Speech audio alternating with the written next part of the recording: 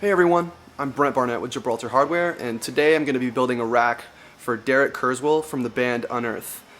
We were hanging at the NAMM show and we were talking about his setup a little bit, and I said to him, I was like, hey, why are you using stands? I mean, you're touring so much and you're out on the road all the time and you're playing so many shows. Why are you not using a rack? He says, well, I'm just a stand type of a person. I've been used to using stands for a long time, and it just works for me. And I was like, dude, a rack will make your life a lot easier, and your drum tech will like you much more too. And he's like, well, why is that? And I said, well, how many times you sat down behind your kit and you've had to readjust a cymbal, push a cymbal away, pull it closer, or the same thing with a tom? And he goes, dude, it happens all the time.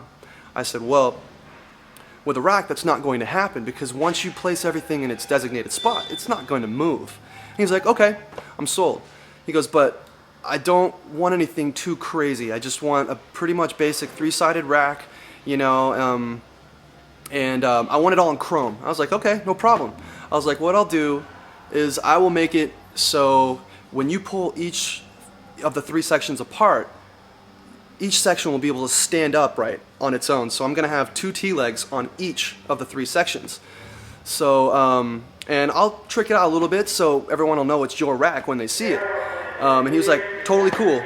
So anyways, have a look at this, and it's going to be something that anybody can put together on their own. Okay, so I've completed the front part of Derek's rack, and what I used was two 36-inch curve bars for the verticals, the SC GPR 36C, and I used a 40-inch curve bar for the horizontal, the SC GPR 40C. And I just connected them together with the chrome right angle clamp that we have, the SCGRS CRA. And how I got that angle was that I just took the normal T-leg, and the clamp makes it to where it's a clamshell, so you can swivel it left and right, and all I did was just swivel it to the outside so it accommodates this tube going straight up, and by the time the curve, you know, gets to the very end of the tube, it's straight up and down, and it gives this kind of bowing effect. And what I did was, have a look very closely. This will really kick you in the ass later if you don't do this. While you are building your rack, make sure you put all the memory locks on it that you are going to need for that particular tube. I know that I'm going to add another right angle clamp right underneath there to connect each side to. So I added a third memory lock on there already to accommodate that. I can't tell you how many times that when I first started doing this, I forgot to put the memory lock on there, and I had to pull everything apart and redo it all. It was very annoying. So this will save you a lot of time. And what I did was I also I measured all the distance between the top and that clamp, and the same for this side. And then I had to put a level and make sure that it was level in all 3 points, because this is a curved bar. It may be level in the middle, but it might not be level on the outsides, because, you know, if the curve bar is not exactly like laying on a flat surface, it's not going to be level in all 3 spots. So in order to keep your rack from bowing in weird directions, you need to make sure it is level in every single place on that bar. I have finished the left side of Derek's rack, and what I did was I just used a 46-inch curve bar for the horizontal bar, the SC GPR 46C, and then for the back T-leg, what I used was a 24-inch curve tube, the SC GPR 24C, and I used our chrome mini T-leg. But what I had to do was I had to remove the actual T-leg clamp and add our adjustable right angle clamp, so I could get this angle. I wanted to do something a little different for Derek to stand out from a lot of other players, so I made this T-leg curve inward and then back out. So I needed to use the SCGRS CARA in order to do that. And I added a front T-leg right here. It's curved. It's a 36-inch curve bar, and I did the exact same thing with this foot as I did with the back foot.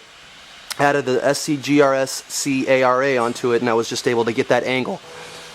So this whole side you can disconnect from right here, and then this is like its own little side rack and it'll stand by itself. So what I'm gonna do is I am going to build the other side of it, and I'll show you what the whole thing looks like once that's done. Okay, so now I have finished the right side, which is the floor tom side of Derek's rack, and all I did was just mirror the left side. Now as you can see, the front of the rack looks a little bit like a sleigh, and which is very cool. It kind of distinguishes Derek from other drummers that are out there, and by adding these T-legs in front gives that side of the rack much more stability. You don't really need them, but it does add a little bit more stability, and it just adds a cool effect. So basically what I've got to do now is I've got to go through each of these tops, and I've got to cut the tops of these tubes down to where they're flush with the clamp. I'm going to leave a few inches of space to send to Derek, so if he needs to move the bars up or down a little bit, I don't limit him too much on that. But I am going to put the SC RBA rack boom attachment on top of each one of these except for the back, so Derek can put cymbals out of the tubes. And we'll also keep that chopper vibe going and the sleigh vibe going. It'll keep everything really clean and tight. Now I'm finished with Derek's rack.